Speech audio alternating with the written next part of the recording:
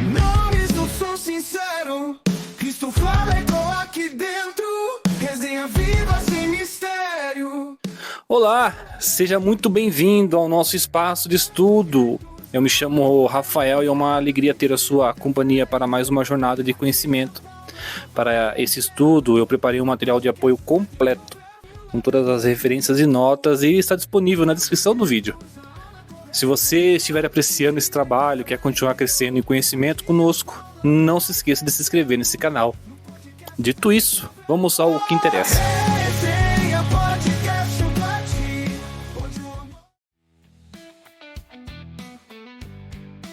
Olá, bem-vindos a mais uma análise aprofundada aqui no The Deep Dive.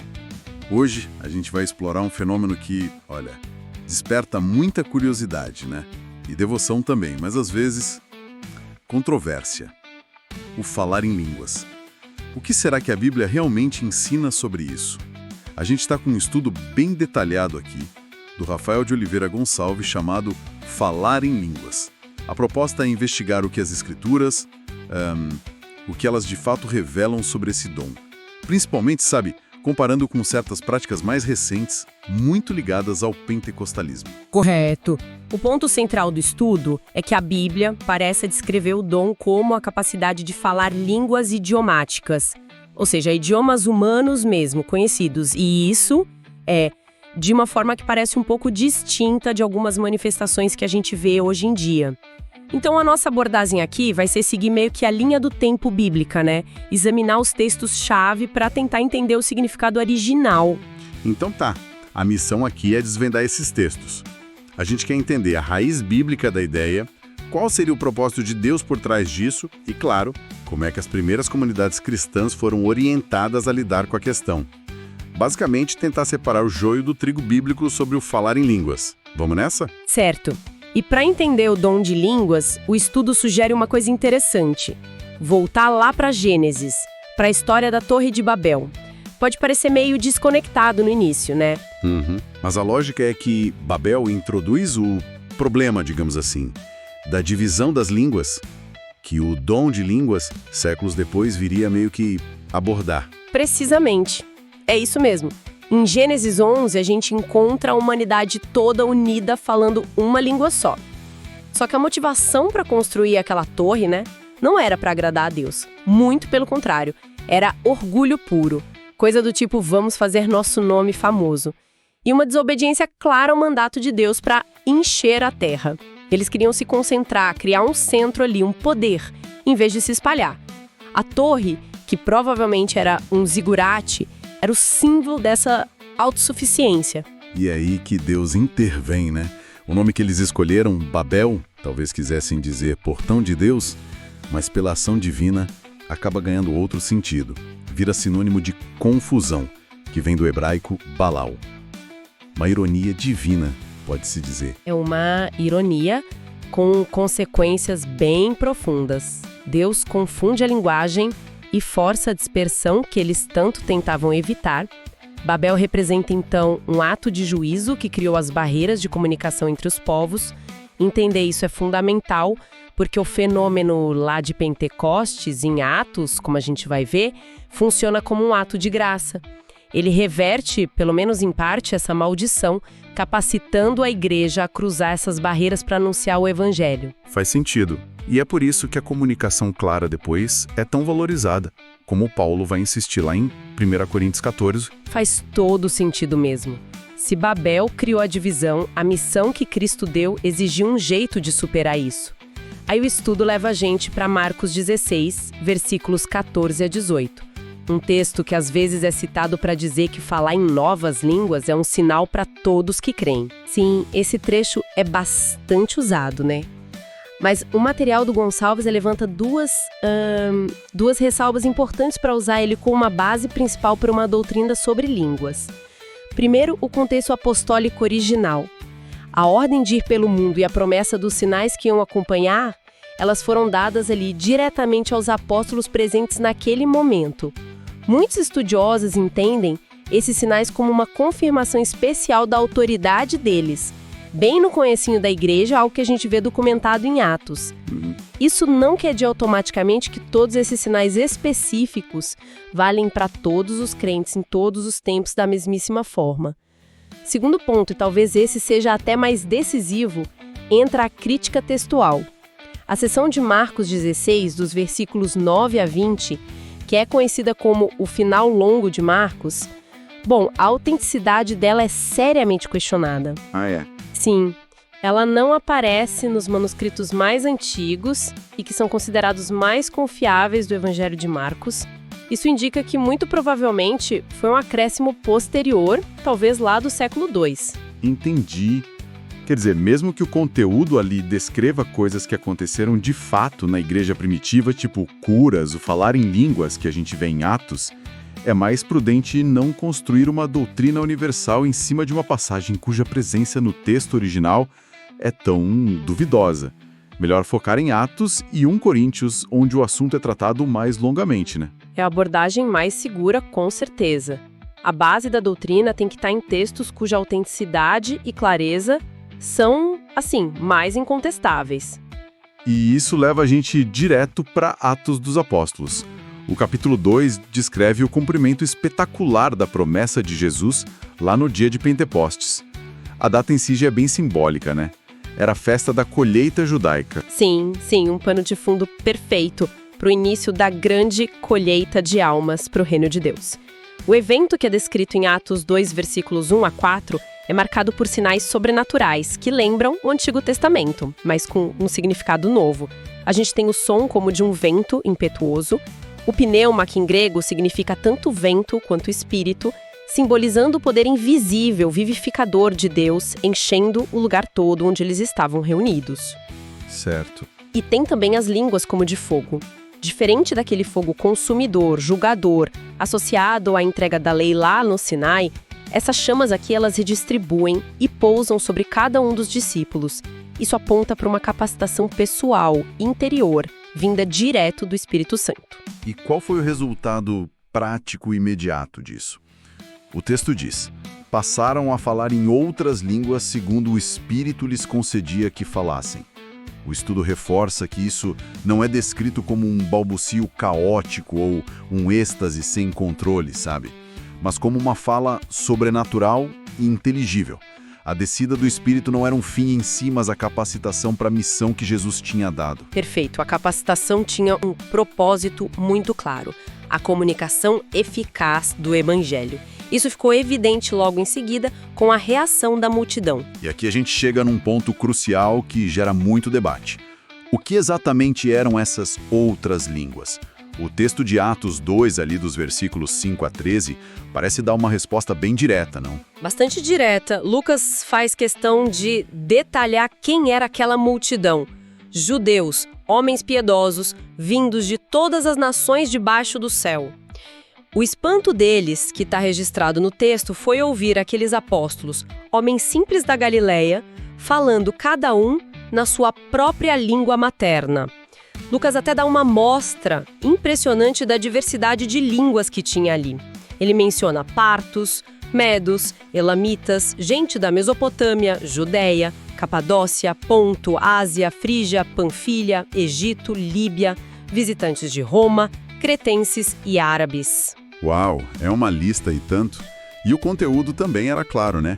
Eles ouviam os apóstolos proclamarem as grandezas de Deus nas próprias línguas deles. As reações foram de perplexidade. O que quer isto dizer? E por parte de alguns, zombaria mesmo. Estão embriagados. E essa zombaria, como o estudo bem aponta, acaba até reforçando a natureza do milagre. Não era um som estranho ou sem sentido que eles ouviram. Era o som de pessoas falando fluentemente em múltiplos idiomas humanos conhecidos e ao mesmo tempo. Algo tão extraordinário que, para um ouvido cético, podia soar como a bagunça de bêbados.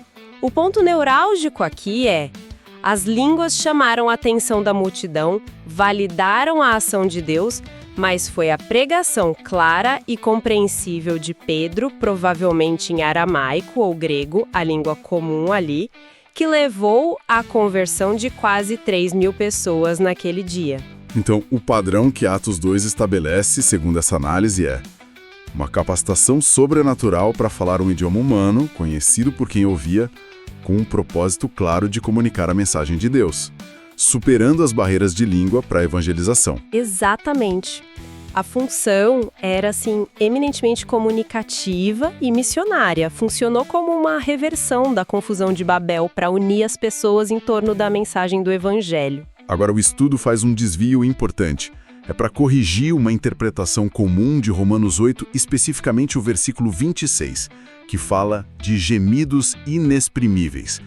É bem comum associarem isso ao falar em línguas, mas o contexto parece apontar para outra direção, certo? Completamente diferente. Paulo, em Romanos 8, está tratando da esperança cristã no meio do sofrimento que a gente vive. Ele descreve uma espécie de gemido universal, sabe? Tem o da criação, V22, esperando a libertação. Tem o dos crentes, V23, que anseiam pela redenção final do corpo. E, crucialmente, ali no versículo 26, tem o do próprio Espírito Santo. Quando a gente se sente fraco e não sabe orar como convém, o texto diz que é o Espírito quem intercede por nós sobremaneira com gemidos inexprimíveis. Ah, entendi.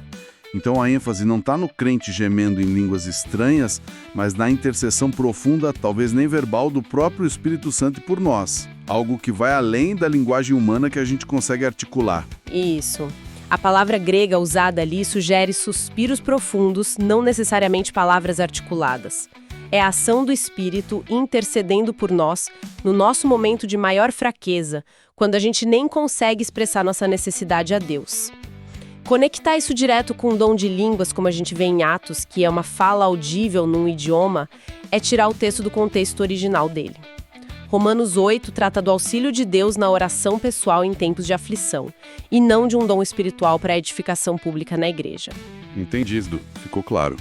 Agora vamos para 1 Coríntios, capítulos 12 a 14. O estudo insiste muito que é fundamental entender o pano de fundo de Corinto para interpretar direito esses capítulos. Não é um tratado teórico sobre dons, né? Definitivamente não. Corinto é uma cidade portuária, super vibrante, cosmopolita, um centro comercial importante. Mas também era muito conhecida pela riqueza, pela idolatria pagã e por uma imoralidade sexual, assim, desenfreada. A igreja que nasceu ali, embora fosse espiritualmente dotada, Paulo mesmo diz que eles foram enriquecidos em toda a palavra, em todo o conhecimento e que não faltava dom algum para eles. Infelizmente, ela refletia muitos dos problemas da cultura em volta. Puxa. Paulo escreve essa carta para corrigir problemas gravíssimos, divisões, partidarismo, eu sou de Paulo, eu sou de Apolo, tolerância com imoralidade dentro da comunidade, membros processando uns aos outros em tribunais pagãos, abusos na hora de celebrar a ceia do Senhor. Uma lista grande. E no que interessa aqui para nossa conversa, um problema claro de orgulho, de arrogância espiritual ligada à manifestação dos dons. O dom de línguas, em particular, parece que foi supervalorizado e estava sendo usado de forma desordenada, egoísta. Exato. Gerando confusão nos cultos e servindo mais para promover o status pessoal de quem falava do que para edificar a comunidade. Entendi. Portanto, a perspectiva do estudo é que Paulo não está apresentando o dom de línguas para os coríntios nesses capítulos. Ele está corrigindo o abuso de um dom que já existia, numa igreja que era talentosa, sim, mas espiritualmente imatura, carnal, como ele diz. O objetivo dele é colocar os dons, especialmente o de línguas, na perspectiva correta, subordinados ao amor, que é o capítulo 13, e voltados para a edificação de todo mundo na igreja, capítulo 14. Ler esses capítulos sem essa lente coetiva pode levar a conclusões bem equivocadas. Certo. Em 1 Coríntios 12, ali do 1 a 11, Paulo começa listando a diversidade de dons que o Espírito distribui. Palavra de sabedoria, palavra de conhecimento, fé, dons de curar, operações de milagres, profecia, discernimento de espíritos, variedade de línguas e a capacidade para interpretá-las.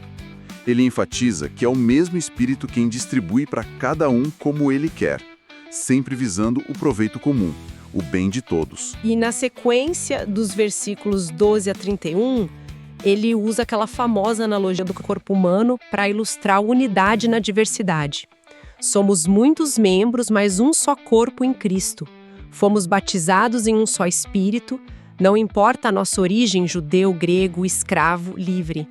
A saúde e o bom funcionamento da igreja dependem dessa diversidade funcional, onde Deus estabeleceu diferentes papéis: apóstolos, profetas, mestres, depois os que operam milagres, os que têm dom de curar, os que ajudam, socorros, os que administram governos e as variedades de línguas. A força está na colaboração harmônica dessas diferentes partes. E nesse contexto da diversidade necessária, vem uma série de perguntas retóricas-chave ali nos versículos 29 e 30. Porventura, são todos apóstolos? São todos profetas? São todos mestres ou operadores de milagres? Têm todos dons de curar? Falam todos em outras línguas? Interpretam-nas todos? A resposta implícita para todas essas perguntas é claramente não, correto? Corretíssimo. Assim como é óbvio que nem todo mundo na igreja era apóstolo ou profeta, Paulo deixa igualmente claro que nem todo mundo falava em línguas ou tinha o dom de interpretação. A saúde do corpo depende justamente dessa diversidade de funções. A ideia de que todos deveriam ter o mesmo dom como o de línguas seria tão absurda quanto imaginar um corpo feito só de olhos ou só de ouvidos, como Paulo argumenta na própria analogia. Isso já estabelece que o dom de línguas não era uma experiência universal para todos os crentes. E aí a gente chega no capítulo 13, o famoso hino ao amor, que Paulo apresenta como o caminho sobremodo excelente. Ele faz uma afirmação muito forte logo no início. Mesmo que alguém fale as línguas dos homens e dos anjos, ou tenha o dom de profecia, conhecimento, fé para mover montanhas, ou se doe completamente, se não tiver amor, nada serei. O estudo chama atenção para essa expressão específica: línguas dos homens e dos anjos. Seria isso uma prova bíblica de que existe uma língua angelical celestial que os crentes poderiam falar? O argumento apresentado no material é que essa frase provavelmente funciona como uma hipérbole. Maipérbos. Sim, um exagero retórico intencional de Paulo. Ele está criando um cenário hipotético extremo, tipo, mesmo que eu tivesse a maior capacidade de comunicação imaginável, seja humana ou até celestial, para ressaltar de forma bem forte a supremacia absoluta do amor sobre qualquer dom espiritual, por mais espetacular que ele pareça. E além disso, o estudo lembra uma coisa importante. Em todas as narrativas da Bíblia onde anjos se comunicam com seres humanos, e ele cita exemplos como Gênesis 19 com Ló, Juízes 13 com os pais de Sansão, Lucas 1 e 2 com Zacarias e Maria, Atos 5 e 8 com os apóstolos e Filipe, em todas elas os anjos consistentemente usam a língua que a pessoa entende. Não tem nenhum registro bíblico de anjos usando uma linguagem celestial incompreensível para falar com humanos. Interessante isso. Pois é, então a interpretação mais provável é que Paulo usa essa figura de linguagem para exaltar o amor como algo indispensável e não para definir a natureza do dom de línguas como sendo uma língua de anjos. Isso prepara bem o terreno para 1 Coríntios 14, onde Paulo aplica diretamente o princípio do amor ao caos que estava rolando nos cultos em Corinto. O critério fundamental que ele estabelece é a edificação da igreja. Ele instrui: segui o amor e procurai com zelo os dons espirituais, mas principalmente que profetizeis. Por que essa preferência tão clara pela profecia em vez das línguas? A razão está na audiência e no resultado, como Paulo explica ali nos versículos 1 a 5. Quem fala em outra língua, sem interpretação, claro, fala mistérios a Deus, porque ninguém entende. Ele edifica só a si mesmo. Por outro lado, quem profetiza fala aos seres humanos para edificar, para exortar, para consolar e, consequentemente, edifica a igreja inteira. A lógica do Paulo é bem pragmática. O dom que beneficia a comunidade toda é superior ao que beneficia só o indivíduo. As línguas só alcançam um valor igual ao da profecia no culto público se forem interpretadas, porque só assim a igreja como um todo pode ser edificada pela mensagem. Paulo então apela para o bom senso, usando analogias ali nos versículos 6 a 12. Flauta ou harpa precisam de sons distintos para fazer melodia, não só barulho. Trombeta de guerra precisa de toque claro para o soldado saber o que fazer. Do mesmo jeito, palavras incompreensíveis na igreja são como falar ao ar. inúteis para a comunicação. O estudo aqui reforça que o jeito de Paulo falar sugere que ele está falando de idiomas humanos mesmo, inteligíveis. Há muitos tipos de vozes no mundo, o risco de ser estrangeiro para quem fala e ouve. E lembra também que a palavra estranhas, em línguas estranhas, é um acréscimo em algumas traduções, né? O original grego fala só de línguas ou outras línguas. Essa observação é importante. E pensando na prática do culto, versículos 13 a 19, as instruções de Paulo são bem claras. Quem fala em outra língua deve orar pedindo a capacidade de interpretar para que a mensagem seja útil. O culto deve envolver a mente, o entendimento e não só o espírito. Ele diz que orar ou cantar numa língua desconhecida, embora possa ser espiritualmente genuíno para a pessoa, deixa a mente infrutífera, desconectada do processo. Além disso, tem que pensar no visitante ou no membro mais simples, indouto, que não pode concordar, não pode dizer amém para uma oração ou louvor que ele não entende. Ele fica excluído da edificação. E a conclusão pessoal de Paulo no versículo 19 é realmente muito forte, especialmente para aquela igreja tão orgulhosa dos seus dons. Ele diz que tem o dom de línguas mais do que todos eles, mas faz uma escolha clara. Prefiro falar na igreja 5 palavras com meu entendimento para instruir outros a falar 10.000 palavras em outra língua. A clareza que edifica todo mundo é o valor supremo para ele no ambiente da comunidade. Essa declaração de preferência do Paulo é um golpe direto no exibicionismo, né? Mostra que o foco dele era totalmente na edificação da comunidade, em detrimento de qualquer demonstração pessoal ou experiência individual que não pudesse ser compartilhada e compreendida pelos outros. Outro critério que Paulo levanta é o impacto das práticas da igreja nos visitantes, especialmente nos não crentes, 1 Coríntios 14, 20 e 25. Ele cita Isaías 28, onde Deus diz que falaria a Israel através de lábios estranhos e por língua estranha, se referindo aos invasores assírios, e mesmo assim eles não iam ouvir. Isso era um sinal de juízo sobre a incredulidade de Israel. Como é que Paulo aplica isso em Corinto? Ele aplica de um jeito surpreendente e provavelmente bem chocante para os coríntios que se orgulhavam das línguas. Paulo argumenta que as línguas, quando usadas de forma desordenada e sem interpretação no culto, funcionam como um sinal para os incrédulos, sim, mas de forma negativa. Se um incrédulo ou alguém não familiarizado, indouto, entra na reunião e encontra todo mundo falando em línguas ao mesmo tempo, sem ninguém entender nada, a conclusão inevitável vai ser que aquelas pessoas estão loucas. Em vez de atrair, essa prática repele e se torna, paradoxalmente, um sinal de condenação, porque a confusão impede que a mensagem salvadora seja comunicada e recebida. Nossa. Em contraste, a profecia, a proclamação clara e inteligível da palavra de Deus, embora seja primariamente dirigida aos crentes para edificar, tem o poder de alcançar e converter o incrédulo que visita. Se ele entra e ouve a palavra sendo pregada de forma compreensível, ele é convencido por todos, julgado por todos, os segredos do coração dele são revelados, e isso pode levar ele ao arrependimento e a reconhecer publicamente que Deus está, de fato, no meio de vós. Que argumento poderoso! Fica claro que o uso desordenado e sem interpretação das línguas no culto público falha nos 2 objetivos. Não edifica a igreja e, ainda por cima, afasta quem está de fora. Já a proclamação clara da palavra, a profecia, nesse sentido amplo de comunicar a verdade divina de forma inspirada e inteligível, cumpre as 2 funções. Edifica quem está dentro e tem o potencial de atrair e converter quem está fora. A inteligibilidade na adoração é fundamental. É uma questão de eficácia na comunicação da verdade de Deus, né? A prioridade de Paulo é claríssima. O que funciona para construir a fé da comunidade e para testemunhar de forma eficaz para o mundo lá fora.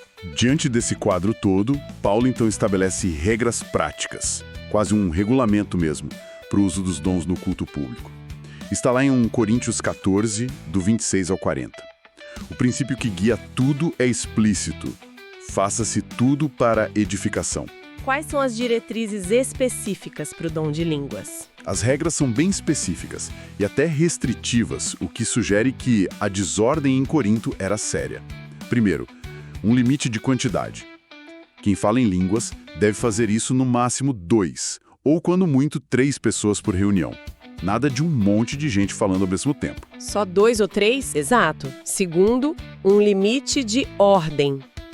Devem falar um de cada vez ou sucessivamente. Aquela simultaneidade caótica estava proibida. Terceiro, a interpretação é obrigatória. É indispensável que tenha alguém com o dom de interpretação presente e atuando. O dom de Libras no culto público, segundo Paulo, nunca deveria ser exercido sem o seu dom complementar, a interpretação, para que a mensagem se tornasse compreensível para todo mundo. Tem que ter intérprete. Tem que ter. E quarto, a consequência direta se não tiver intérprete é o silêncio. Se não houver intérprete, fique calado na igreja falando consigo mesmo e com Deus. É uma ordem taxativa. A ausência de um intérprete cancelava a permissão para falar em línguas em voz alta na Assembleia. Essas regras são muito claras e mostram a seriedade com que Paulo tratou o assunto. E ele ainda acrescenta um ponto importante sobre o controle, né? Os espíritos dos profetas estão sujeitos aos próprios profetas. Quer dizer, aquela desculpa de estar fora de si ou incapaz de se controlar não valia para justificar a desordem. O verdadeiro dom espiritual não anula o autodomínio. Exatamente. O fechamento do capítulo resume tudo. Porque Deus não é de confusão, e sim de paz. Tudo, porém, seja feito com decência e ordem. O culto que agrada a Deus é caracterizado pela ordem, pela clareza e pela edificação mútua. Essas regras todas reforçam a visão que o estudo apresenta, que as línguas em questão eram idiomas que precisavam de tradução, interpretação, para serem úteis para a comunidade. Isso se alinha com o fenômeno de Atos 2 e se distancia de manifestações puramente estáticas ou ininteligíveis. Ufa! Realmente percorremos um caminho bíblico bem extenso e detalhado. Recapitulando os pontos principais que o estudo do Rafael de Oliveira Gonçalves levantou, a análise sugere que a evidência bíblica aponta de forma consistente para o dom de línguas como sendo a capacidade sobrenatural de falar idiomas humanos reais. A gente viu como Babel criou a barreira da língua, como Atos 2 mostrou Deus revertendo isso milagrosamente para a proclamação do Evangelho e como 1 Coríntios veio para corrigir o abuso desse dom, exigindo que o uso fosse baseado no amor, na edificação de toda a comunidade, na ordem e, crucialmente, na interpretação para garantir que todo mundo entendesse. A partir dessa análise bíblica, o contraste com certas práticas contemporâneas que talvez enfatizem mais a experiência individual, privada, e sons que não são reconhecidos como idiomas, acaba ficando mais nítido, né? A questão que o estudo levanta não é de forma alguma negar a obra ou o poder do Espírito Santo, longe disso, mas sim buscar honrar o Espírito através da aderência cuidadosa à sua palavra revelada. É um convite para que a Escritura molde a nossa experiência e a nossa prática, e não o contrário. Portanto, a reflexão que fica dessa análise profunda é a importância de avaliar qualquer manifestação espiritual que se apresente hoje à luz desses critérios bíblicos que a gente discutiu. Se trata de um idioma identificável? Existe interpretação clara para edificar todo mundo que está presente? O resultado é ordem e clareza ou é confusão e exclusão? São perguntas essenciais que o estudo nos encoraja a fazer. E para deixar uma última provocação, assim, um pensamento para reflexão posterior. Diante de toda essa ênfase bíblica na comunicação clara, na inteligibilidade, na edificação mútua e no testemunho eficaz para quem está de fora, que impacto poderia haver na unidade, na profundidade e na missão da igreja hoje se o foco coletivo fosse direcionado talvez menos para os dons considerados de sinal, que podem gerar controvérsia ou confusão quando são mal compreendidos ou mal aplicados, e mais para o ensino claro das Escrituras, a explicação compreensível do Evangelho e a vivência prática do amor cristão, que Paulo colocou acima de tudo. Fica a questão para a gente pensar. Um ponto excelente para a gente encerrar. Esperamos que esta exploração detalhada dos textos bíblicos, baseada no estudo que a gente analisou, tenha trazido mais clareza e ajudado a compreender as nuances desse tema tão fascinante e, sim, importante.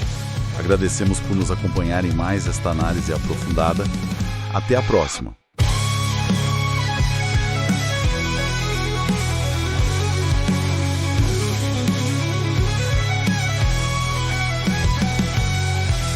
E assim chegamos ao final do nosso estudo. Eu espero imensamente que tenha sido edificante, tenha trazido novas perspectivas para você. Muito obrigado pela sua companhia. Se você deseja revisar ou aprofundar ainda mais, não se esqueça de acessar o material completo no link na descrição.